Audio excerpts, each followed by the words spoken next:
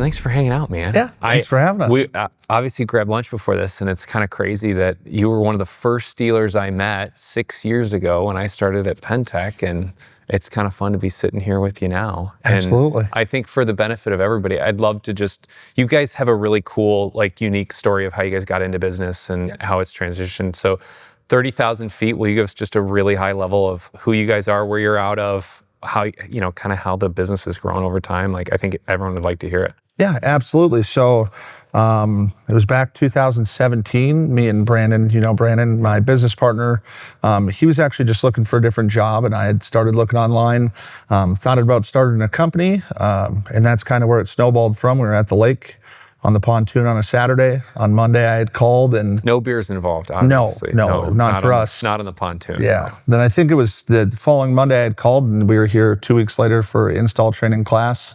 Brandon went full time with it right away in 2018.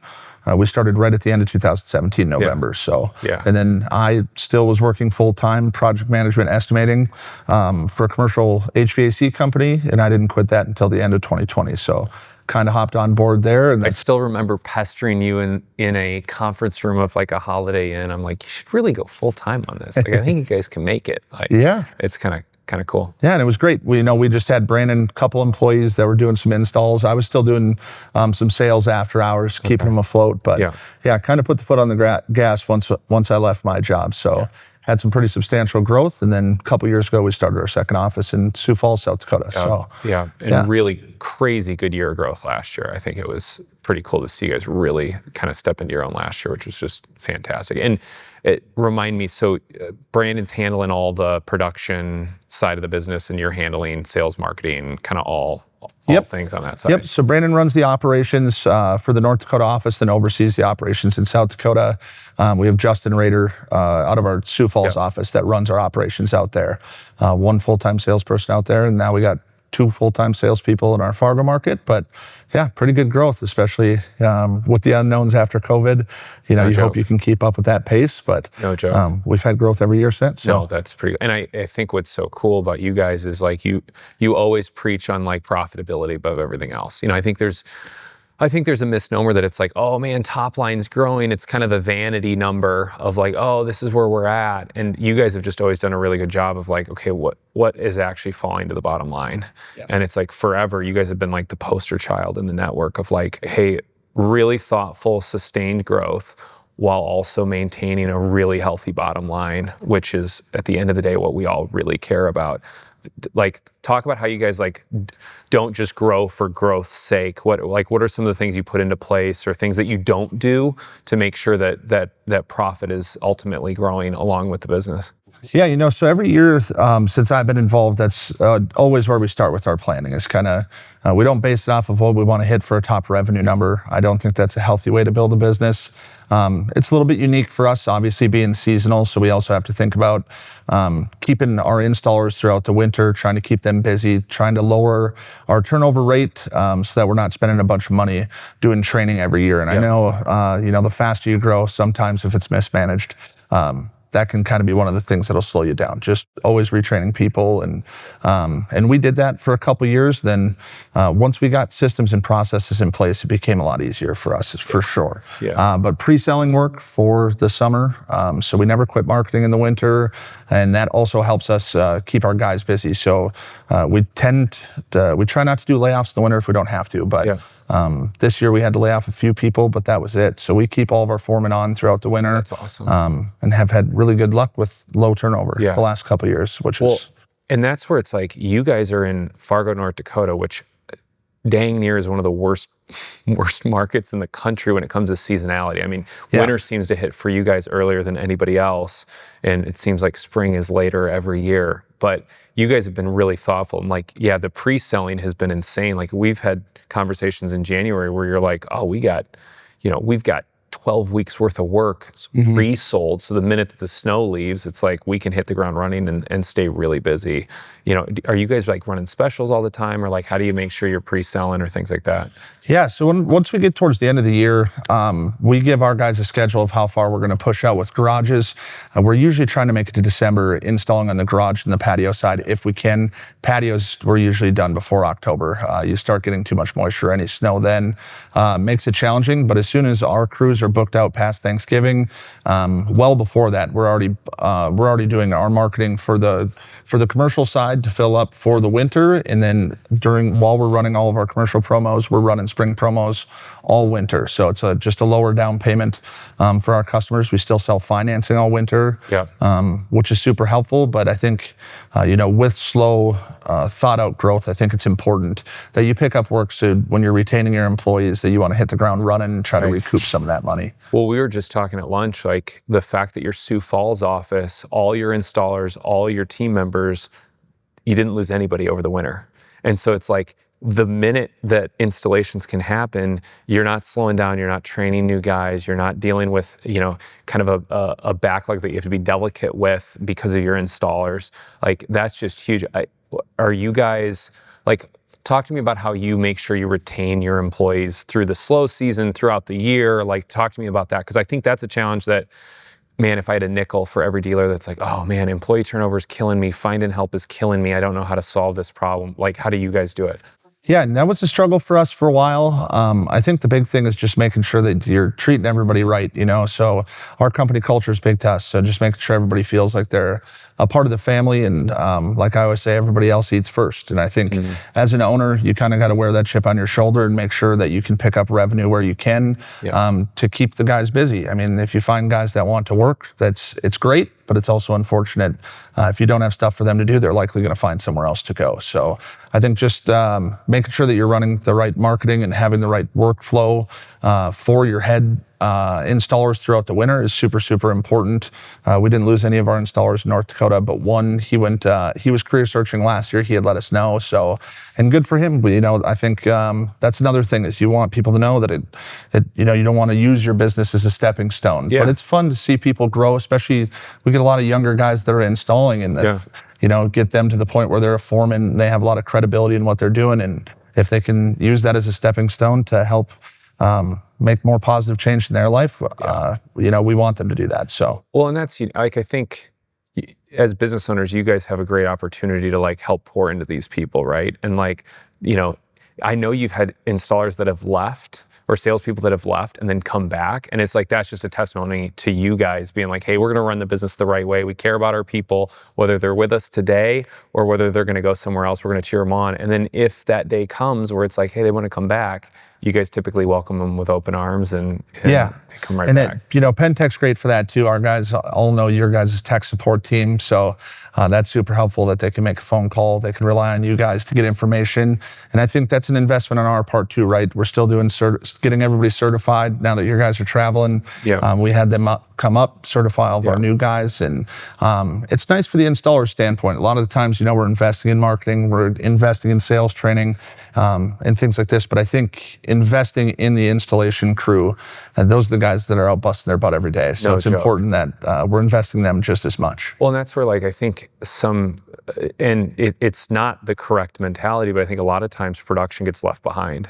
It's like, hey, sales is flashy. We've all got squawky salespeople that, need more leads, better leads, marketing, But it's like, man, if we're not laying down good floors, man, how can the business survive that? And so the fact that from as long as I've known you, you guys have always been kind of an installer-focused business. It's like, I still remember, you guys were what, 2.5 years before your first callback? It was something insane. Like I remember you guys went like multiple years when you started without a single callback. We weren't doing much volume then. But still, it's like, it's super impressive. And I think that's because obviously Brandon is just militant and I've installed floors with Brandon. I mean, you guys are one of the companies that I have actually gotten these hands dirty and installed floors with. And I've watched him meticulously walk a floor and be like, that's a dark spot. We need to hit that with a hand grinder right away to make sure that and that bleeds down. I mean, that's one of the owners. So you've got an owner that really, truly cares about the quality of the floor, and that just bleeds all the way down. Yeah, and I think hats off to Brandon on the installation side. He's still out there helping with training. I think it's important that you still have leadership out there that are making sure that your crews are learning the right way right away when you hire them. I think that's the biggest thing, is not having people rush in to be a foreman or rush to climb the chain at all. I think just making sure you're giving them the tools and you're making sure that everybody's going to bleed into your culture and how you guys are going to install floors, and all the guys buy into it, and you incentivize them. I mean, that's a big thing too, is that the idea is that we go out, we're not rushing things, and the big thing for us is it's not about speed necessarily. Everybody wants to be efficient, but that definitely comes with just having standard operating procedures and how we're training the guys out the gate is the big deal behind that for sure. Well, and you guys, you touched on it earlier, but like you guys actually have a career progression opportunity in your business. It's not like, hey, we're going to bring you on as an installer and boy, we hope you're with us 6 years from now as an installer. It's like, no, like you guys actually like talk to me a little bit about like, you've got, some people that have come in as installers and they've moved through the business in different roles. Like you guys have a plan to actually help these people grow into what they want to do, right? Yeah, no, absolutely. So we're doing something a little bit newer this year. So we're going to actually have levels for our installation tech. So it's not just installation tech or your installation tech foreman, right? Yeah. So we're starting with levels now that we have more installers. And I think that's it's awesome for them to be able to look at something where they can look at it more as a career path and that they can make more money. But at the same point, we've had installers go and help do sales. We have them become operations managers. People that are helping, if we do have any repairs, go out and be able to do the repairs while their crews are still working. So the operations side of it, we definitely encourage our installers to work towards that.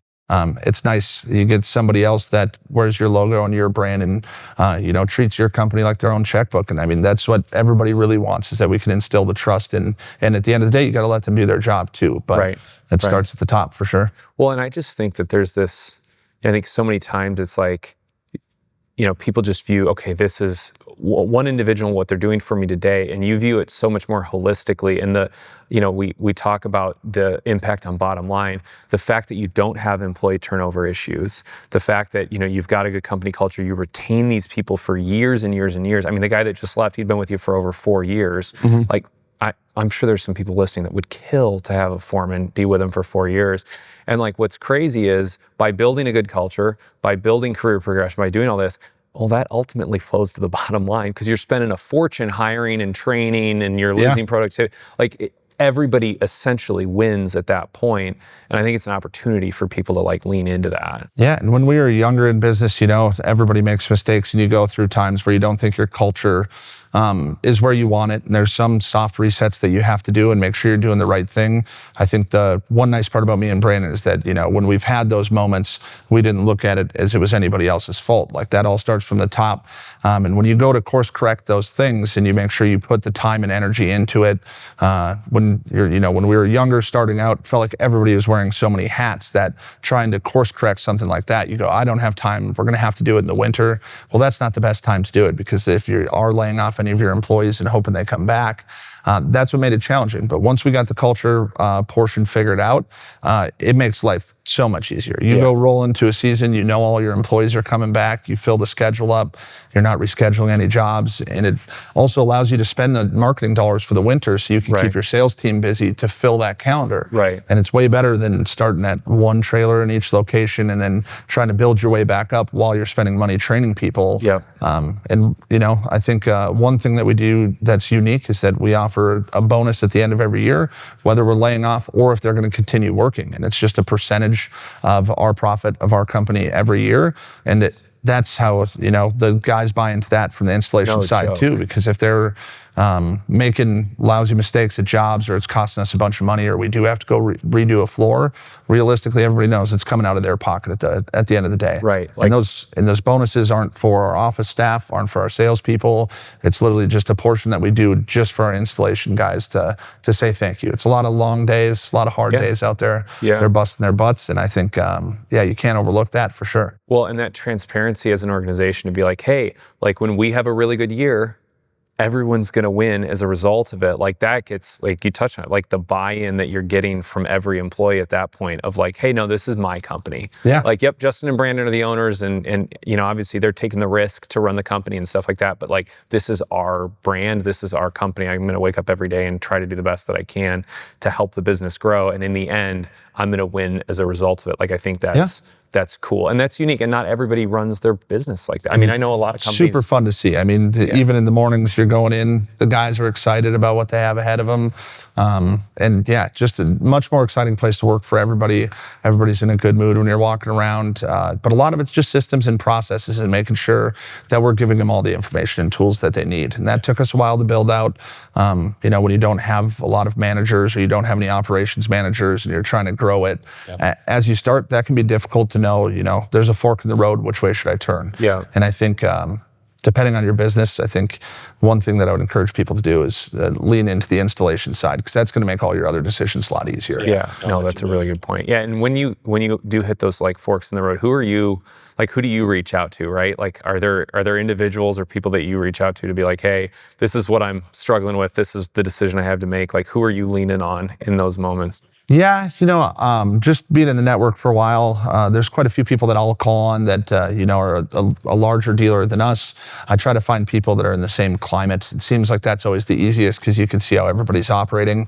But just business mentors. I've been fortunate to have a couple great business mentors in my life that were in home improvement, not coating side of it. Yeah. And I think just leadership, you know, people that you can lean on for leadership, things like that. There's always Penntek too. How are other guys doing this? That's the great part. So I can give you a call, be like, hey, here's where I'm at. This is new. Do you know anybody else that's gone through this? And generally you're going to give me 2 or 3 contacts, somebody that I can reach out to, which is and that's special. Like life though. Like, I've just found like I've cold messaged people on LinkedIn, you know, in my role. Like, I network with some VPs of sales for like, you know, big commercial manufacturers, and it's like, hey, I know you don't know me, but can I buy you lunch? Like, I need some wisdom, and it's amazing to see like people be like, hey, I'm all ears. Like, I'd love to help where I can. And I think that's one thing. Yeah, you call me, you know, a couple times a year, and you're like, hey, this is what I'm running into. Who do I need to talk to in the network? I'm like, okay, here, I'll text intro you to XYZ person. And I think that's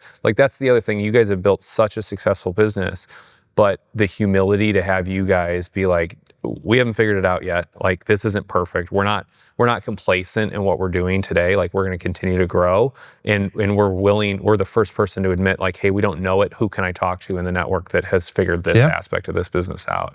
And that's really what I enjoy about my job. So I'm not so much the operations side anymore. Brandon, our other operations manager, run that. So a lot more just the 100-foot view of the company and figuring out how we're going to grow and make sure it's strategic.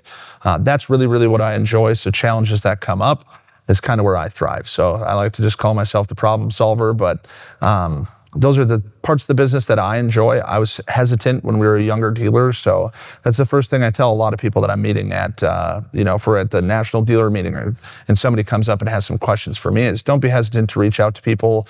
They're there to help. I know I was a little bit bashful when we first got in, and I'd get contacts and I'm like, oh, I'll figure it out. I don't want to bother them, but that's not how it is. Everybody wants to see everybody be successful. I get numerous phone calls a month. I pass probably too many people onto you, but no, I appreciate it. Yeah. And there's a lot, there's still people coming into this industry that have ideas that I haven't heard of. And you're like, wow, maybe I should entertain that too. Or what are some of those, like what gets you excited? Like, obviously you've been in business for a long time now in the concrete coating space. You guys are doing a few different verticals, but like, what are some of the things that get you excited moving forward in, 2026 for the coating side of things? Yeah, we've already had our lead volumes up this year.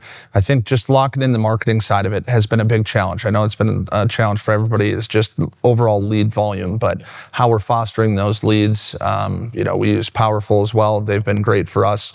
Learning to gold mine your leads and going back and really dive back in that bucket. And you're surprised how many people you're going to get appointments out of that way. But how do you guys, so for those of you that haven't heard like the gold mining idea, it's like, hey, we're going to go back to people that either we've demoed, either have had inquiries. Like, what's kind of your guys' process when you're like, hey, we're going to gold mine, we're going to go after some of these like dead leads or dormant leads? Like, do you have somebody on your team that's in charge of that, or like, what does that look like? Yeah, so we have our lead setter, or your inside salesperson, whatever everybody calls them, that's answering our phones, and that's part of their job every day. So a lot of ours is automated, but we're still going in, and everything's tagged. So even if somebody had reached out on Facebook and maybe you had a little bit of an interaction with them, and then they ghost you, or they went back to work or whatever that might be, we're hitting those people every day. So we have a call list every day. We have an old leads list every day.